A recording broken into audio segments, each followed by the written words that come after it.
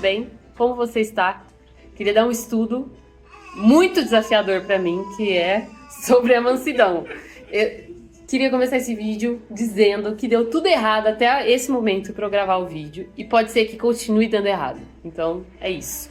A gente está trabalhando, capítulo 5 de Mateus. E agora a gente chegou no versículo 5, que fala sobre mansidão ou humildade. Eu vou ler para você.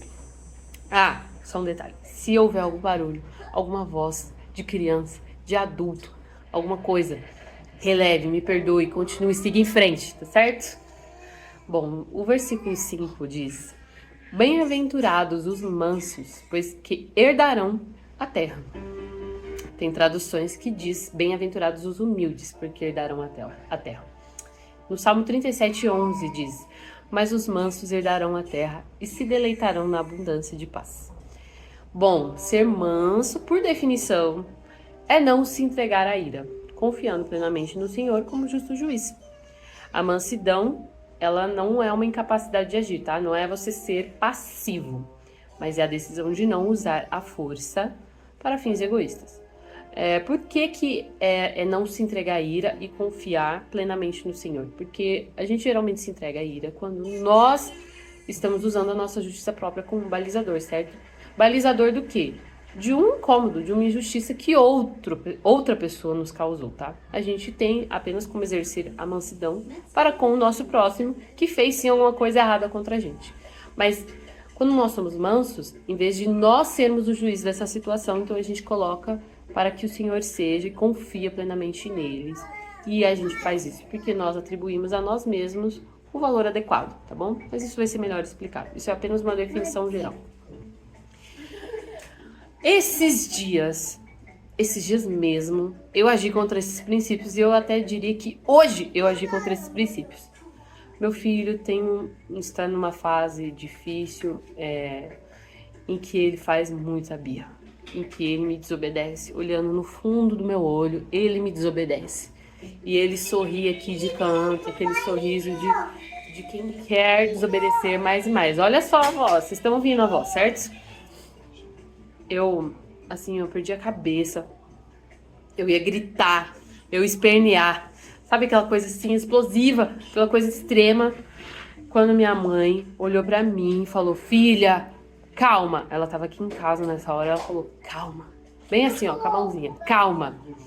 E aquelas palavras, elas fizeram um eco aqui dentro, e eu pensei: nossa, eu já vacilei, eu já pequei.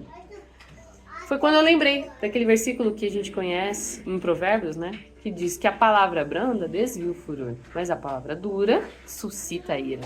Veja que a palavra branda da minha mãe foi capaz de desviar meu furor na hora. Na hora que ela falou aquilo, caiu a ficha. Ela falou aquilo da forma mais calma possível. Mas eu, já ao contrário, estava agindo de forma oposta a ela. Eu estava com a palavra dura na ponta da minha língua para falar contra meu filho. E provavelmente eu ia apenas suscitar a ira no coração dele. Certo? Mas o que causou tudo isso, essa situação, principalmente da minha parte, esse pecado da minha parte? Vamos analisar. As bem-aventuranças nos mostram, versículo a versículo, que Deus requer, Ele exige, Ele espera cada vez mais de nós. Inicialmente, bem-aventurado é aquele que reconhece sua condição. E bem-aventurado é aquele que se entristece por ela, lamenta por ela. E esse reconhecimento, esse chorar, ele causa uma mudança interna. Agora, nós vemos que bem-aventurado é aquele que exerce a bondade com seu irmão. Por quê? Porque nós só conseguimos ser mansos com o próximo quando nós sabemos o nosso real valor e a nossa real posição diante de Deus. E é isso que nos faz confiar nele e não em nós. Ser manso é confiar que Deus tem os meios necessários de justiça e reconhecer que os nossos motivos para punir os outros costumam ser egoístas. Sim, costumam. Não há como ser bom com alguém se eu me considerar melhor que essa pessoa. Nem exercer paciência com alguém que eu considero menos, ou que eu considero menos merecedor de amor do que eu, de paciência, menos merecedor de paciência. Da mesma forma, não há como ser manso sem confiar que Deus é o detentor da vida e dos nossos caminhos. Por isso, não dá para inverter a ordem das bem-aventuranças. Não dá para ser manso ou humilde, no caso, sem antes você ser pobre em espírito. Pois essa humildade que a gente vai exercer para com o nosso próximo depende dessa condição. Para a gente reconhecer o nosso valor perante Deus, precisamos entender também quão valioso é o próprio Deus, o poder dele, os seus atributos, o seu padrão, certo? Deus é íntegro, como eu falei, onipresente, todo-poderoso, onisciente, ele não tem início e não tem fim. E ele é manso e paciente para com seus filhos. Veja como ele, sendo tudo isso, como ele age com a gente.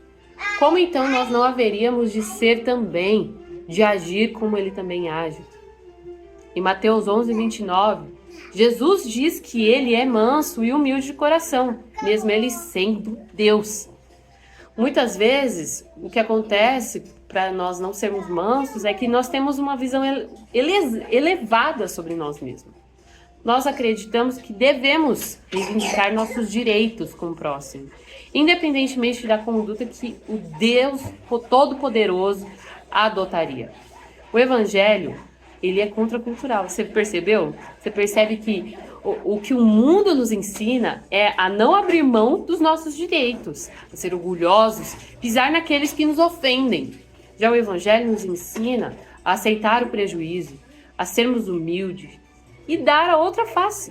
1 Coríntios 6:7 diz: por que não sofreis antes a injustiça? Por que não sofreis antes o dano? Quer dizer, Paulo está falando assim, por que então vocês não aceitam o prejuízo? É basicamente isso que ele está falando.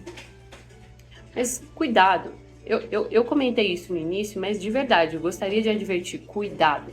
Ser manso não é ser covarde. A mansidão requer temor do Senhor. É por isso que nós somos mansos, por isso que nós damos a outra face, por isso que nós não revidamos. Já a covardia se baseia no temor aos homens, ok? Lembre-se disso. Enfim, pensando nisso, eu convido você a orar. E eu estou me convidando também a orar. Peça a Deus que o capacite a desenvolver essa virtude da humildade, da mansidão. Mas também para que não seja confundido com passividade ou covardia, certo? Que a sua atitude e a minha sejam resultado de uma vida com Deus, reconhecendo a sua graça e poder. Que Deus te abençoe no dia de hoje e que você possa tentar exercitar isso, que Deus te capacite para exercitar a sua mansidão, certo?